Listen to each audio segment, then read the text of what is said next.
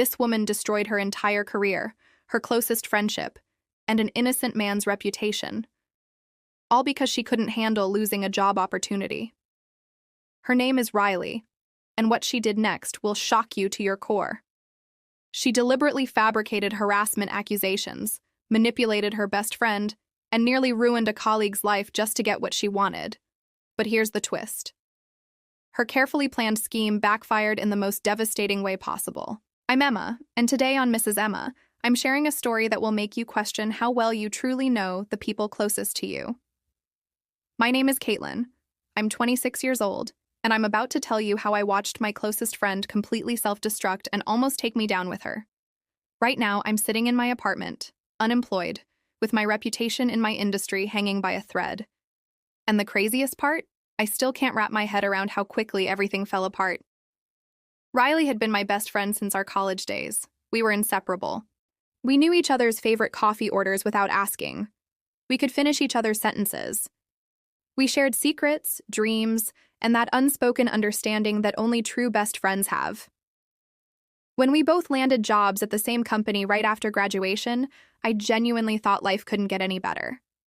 Finally, someone who truly understood me in the cold, impersonal world of corporate life. Our company handled government contract work. Nothing particularly thrilling or glamorous, but the pay was decent. The benefits were solid, and it felt stable. Riley worked in project coordination while I handled administrative tasks, so we never competed for the same roles. That kept our friendship drama-free and comfortable. We could celebrate each other's wins without any underlying jealousy or tension. Riley had always been the ambitious one in our friendship. She constantly scrolled through job boards during lunch breaks, talked endlessly about climbing the corporate ladder, and had this burning desire to prove herself. Meanwhile, I preferred keeping my head down, doing my work competently, and collecting my paycheck without unnecessary stress. If I'm being completely honest, I deeply admired her drive. Even when she got a little too intense about promotions and career opportunities, her determination was inspiring. She constantly networked, took online courses to boost her resume, and studied industry trends late into the night. Sometimes her dedication made me feel lazy in comparison. There was this guy named Evan who worked in Riley's department as a senior analyst. He was quiet, kept mostly to himself, but always polite and professional whenever our paths crossed. Riley had mentioned him occasionally as being intelligent and competent at his job. Nothing particularly memorable. I never really paid much attention to him until this entire nightmare began unfolding. Our company maintained partnerships with international offices, and occasionally, they sent employees abroad for year-long assignments. These positions were highly competitive and career-defining. Riley had been obsessing over landing one of these assignments for months. She constantly asked our supervisor about upcoming opportunities, researched the international offices, and prepared herself mentally for the application process. She even enrolled in language classes to make herself a more attractive candidate, which I thought showed real dedication and strategic thinking. When the latest overseas position was posted last month, a role in the London office with better pay, incredible international experience, and career advancement opportunities, Riley practically vibrated with excitement. This was everything she had been working toward for years. She spent weeks perfecting her application, asking me to proofread every single sentence multiple times. I genuinely wanted her to succeed because I knew how desperately she wanted this, and honestly, after all her hard work, she deserved something amazing. But then Evan applied for the same position, and suddenly Riley's entire energy shifted dramatically. She started making these pointed comments about how he probably only applied because he knew she wanted it. She complained constantly about how unfair it was that men always seemed to get these opportunities handed to them on a silver platter. I tried staying neutral because I didn't know enough about either of their qualifications to form an informed opinion. The tension between them became painfully obvious pretty quickly, even though they maintained a professional facade on the surface. Riley would meet me for lunch and vent endlessly about how Evan would probably get the position just because he was male, and how the company had a pattern of favoring men for international assignments. I listened and tried being supportive, but part of me wondered if she was overthinking things or letting her anxiety spiral. Our usually fun, relaxing lunch breaks became stressful and heavy. I just wanted things to return to normal. Looking back now, I should have paid more attention to how increasingly worked up she was becoming. Riley's competitive nature had always been intense, but this felt fundamentally different. More personal, more desperate. She was taking this competition as some kind of personal attack rather than standard workplace competition. 2 weeks later, the announcement came. Evan got the London position, and Riley completely lost her mind in a way I had never witnessed before. I've never seen her simultaneously so angry and so devastated. She came to my desk that afternoon with tears streaming down her face, her hands shaking, saying the entire selection process was rigged and corrupted. She insisted Evan didn't deserve it, that he had somehow cheated or manipulated the system. Seeing her that destroyed genuinely broke my heart, because I knew how much she had sacrificed and hoped for this opportunity. She kept repeating things like, "I can't believe they chose him over me," and "This company doesn't value women at all." I spent over an hour trying to comfort her, holding her hand, offering tissues, but she was spiraling hard into this dark place I couldn't reach. That evening, she called me sobbing and ranting about how profoundly unfair everything was. I stayed on the phone with her for hours, just listening, letting her pour out all her pain and frustration. The following days were absolutely brutal to watch. Riley barely spoke to anyone at work. She moved through the office like a ghost, her face blank and cold. When she did interact with Evan, you could practically see the hatred radiating from her like heat waves. She started making passive-aggressive comments during team meetings about certain people getting opportunities they hadn't earned. The atmosphere became incredibly awkward for everyone in their department, and I kept telling her she needed to let it go, process her disappointment, and focus on the next opportunity. But Riley wasn't hearing any of it. She was completely fixated on what she perceived as a massive injustice. Then, about a week after Evan received the job offer, something fundamental shifted in Riley's entire demeanor. She stopped being openly angry and bitter.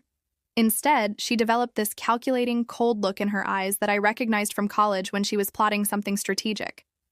She began asking me strange questions about workplace harassment policies, whether I knew anything about Evan's personal life, and what the company's investigation procedures looked like. Initially, I thought she was just processing her disappointment differently, working through her emotions in a new way. But then she started staying late at the office, claiming she was catching up on work projects. She stopped wanting to grab our usual lunches together. When I asked if she was okay, she would just say vaguely that she was working on something important and then change the subject abruptly.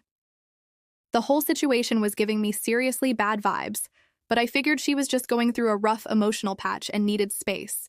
Last Friday, Riley asked me to grab drinks after work, which felt like progress toward getting back to our normal friendship dynamic.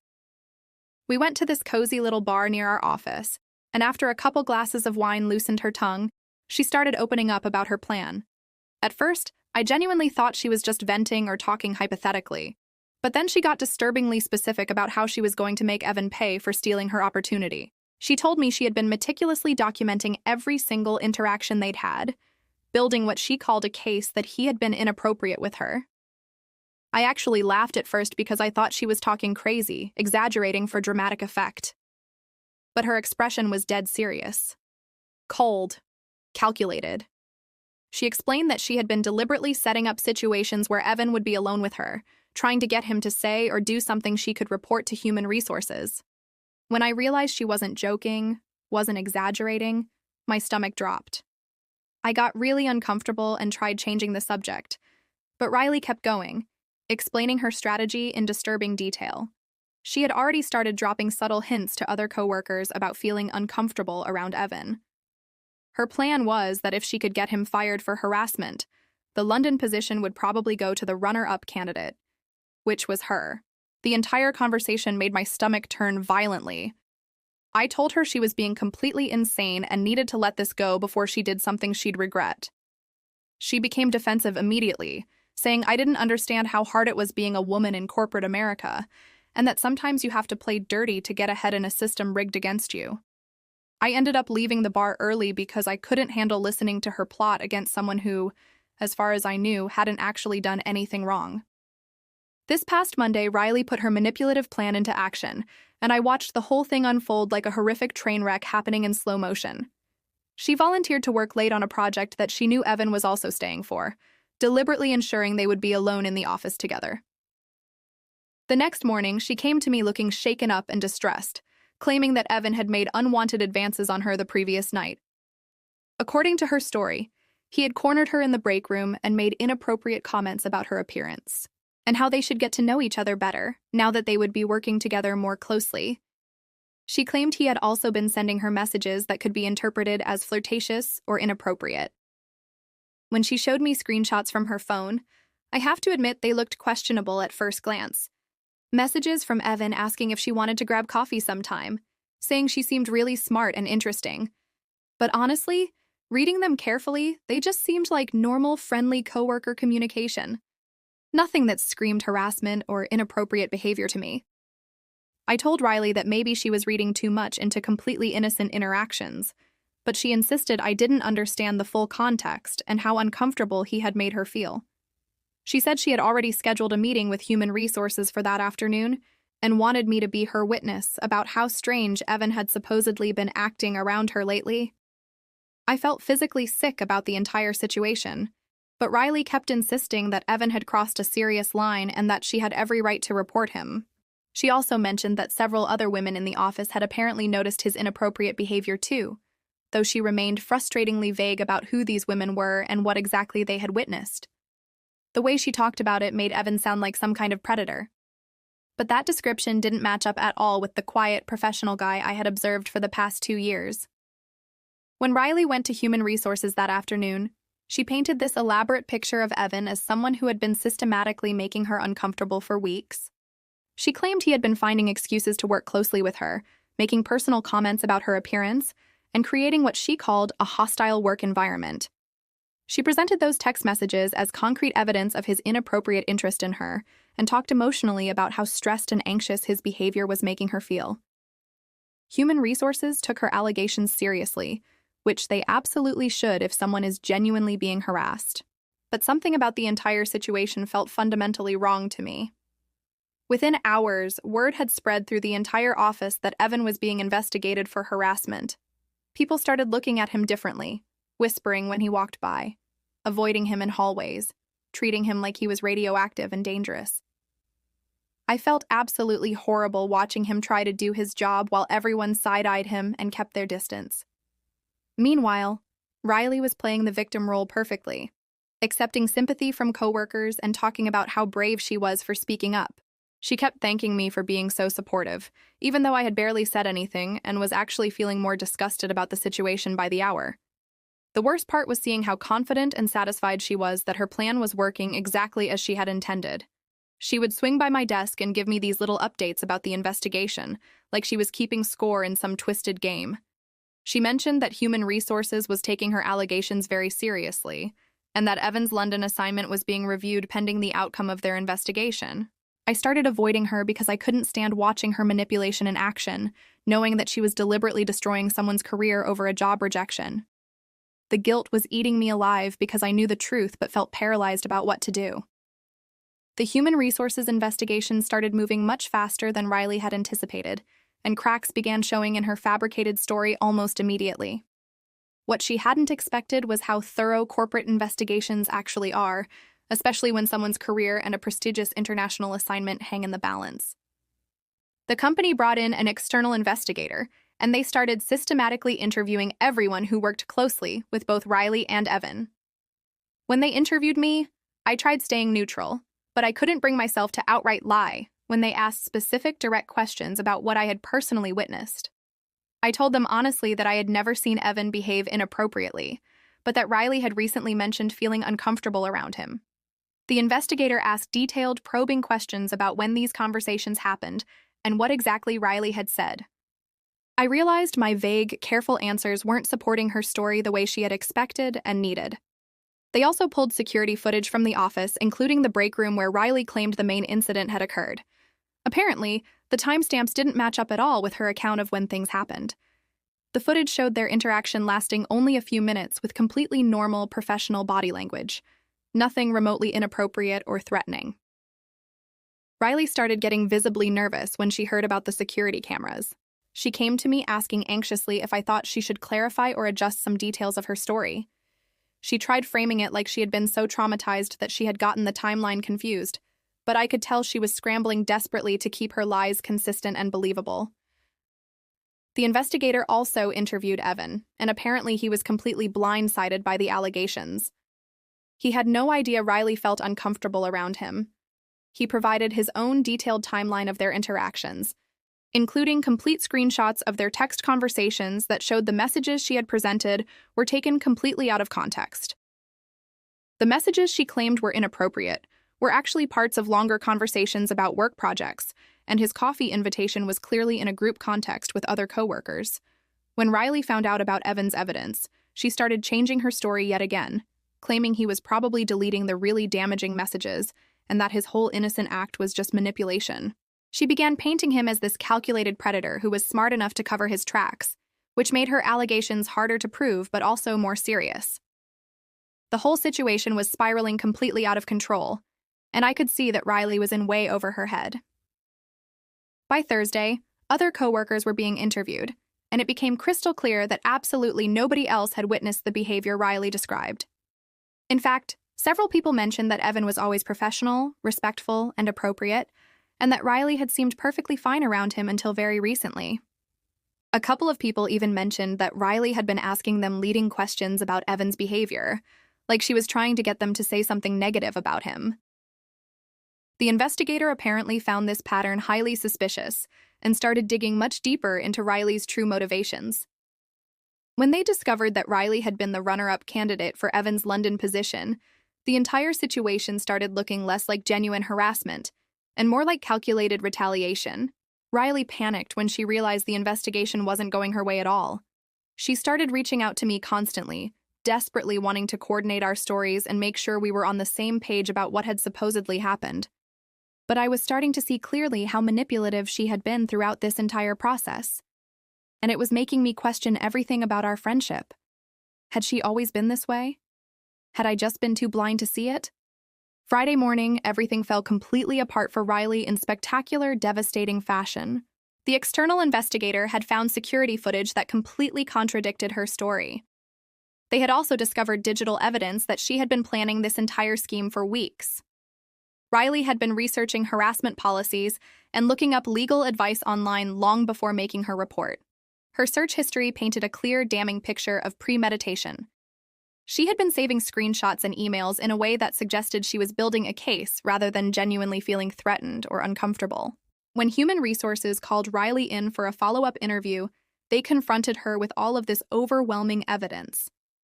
According to what I heard later, she initially tried sticking to her story, but when they showed her the security footage and her own incriminating search history, she completely broke down. She admitted that she had exaggerated some details because she was upset about not getting the London position. She tried framing it like she genuinely felt uncomfortable, but had maybe misinterpreted Evan's innocent intentions. But the investigators weren't buying her backpedaling at all. The company was absolutely furious about the false allegations, especially since they had already started the process of pulling Evan's international assignment. His reputation had been damaged throughout the office. Colleagues were treating him like a predator based on lies. Riley was immediately suspended pending their own investigation into her conduct. They started looking into whether she had violated serious company policies around false reporting and retaliation. The news spread through the office like wildfire. Suddenly, Riley went from being seen as a brave victim to being viewed as a manipulative liar who had tried destroying someone's entire career over petty jealousy. When she called me that evening, she was a complete emotional mess, sobbing hysterically and saying that everyone was turning against her. She claimed the company was making her look like the bad guy when she had just been trying to stand up for herself. She kept insisting that Evan had still made her feel uncomfortable, even if she couldn't prove harassment, and that the company was just protecting him because he was male. She wanted me to make a formal statement supporting her character, but I told her firmly that I couldn't do that after what she had put Evan through. She got angry, her voice turning sharp and bitter. She said I was abandoning her just like everyone else, that I had never truly understood what it was like to have opportunities stolen because of gender. The conversation ended with her hanging up on me, and honestly, I felt relieved that I didn't have to keep pretending to support what she had done. Over the weekend, I heard through mutual friends that Riley had been contacting other coworkers, desperately trying to get them to support her version of events. She was claiming that the company was engaged in some kind of cover-up to protect Evan. She was apparently considering hiring a lawyer and threatening to sue for wrongful termination if they fired her. The whole situation had become this toxic mess affecting everyone in our department. I realized that Riley's selfishness had damaged way more than just Evan's career and reputation. Evan, meanwhile, had been cleared of all allegations and was supposed to start his London assignment next month. But the entire ordeal had obviously taken a serious emotional toll on him. I felt horrible about my role in everything, even though I had never actively supported Riley's lies. I should have spoken up much earlier when I knew what she was planning, but I had been too worried about damaging our friendship to do the right thing. 2 weeks later, Riley was terminated for filing false harassment claims, violating company ethics policies, and attempting to manipulate an official investigation. The company also banned her from being eligible for rehire and indicated they would provide accurate references if future employers called. Basically, her career in our industry was completely finished. She tried spinning it on social media as being punished for speaking up, playing the victim one more time. But most people who knew the real story weren't buying her narrative anymore. Evan got his London position back, but the whole experience had clearly shaken him deeply. He decided to transfer to a different department when he returned from his assignment to avoid any ongoing drama. The company also implemented strict new policies around false reporting and investigation procedures, partly because of the catastrophic mess Riley had created. What really shocked me was discovering that this wasn't Riley's first time manipulating situations to get what she wanted. After she was fired, other coworkers started sharing stories about times when Riley had twisted situations or thrown people under the bus for her own benefit. Apparently, she had gotten a previous coworker in trouble by exaggerating a mistake they had made. She had also taken credit for other people's work on multiple occasions. I realized I had been completely blind to her true character because I had desperately wanted to believe that my best friend was a genuinely good person. The worst part was discovering that Riley had been bad-mouthing me to other coworkers throughout this entire ordeal. She had been claiming that I was jealous of her ambition and had never truly supported her career goals. She had apparently told people that I was content with mediocrity and didn't understand what it took to succeed in corporate America. Finding out that she had been talking about me like that behind my back while using me as her supposed support system was the final nail in the coffin of our friendship. 3 months later, I heard that Riley had moved to a different state and was working retail while trying to rebuild her career from scratch. She had apparently burned so many bridges in our industry that absolutely nobody would hire her for professional positions anymore. She tried reaching out to me several times through social media, alternating between apologies and accusations that I had abandoned her when she needed me most. I never responded, because I had finally realized that Riley was the kind of person who would destroy anyone who got in the way of what she wanted, including me. The whole experience taught me something profound about human nature. Some people are just fundamentally selfish and will use any relationship or situation to their advantage.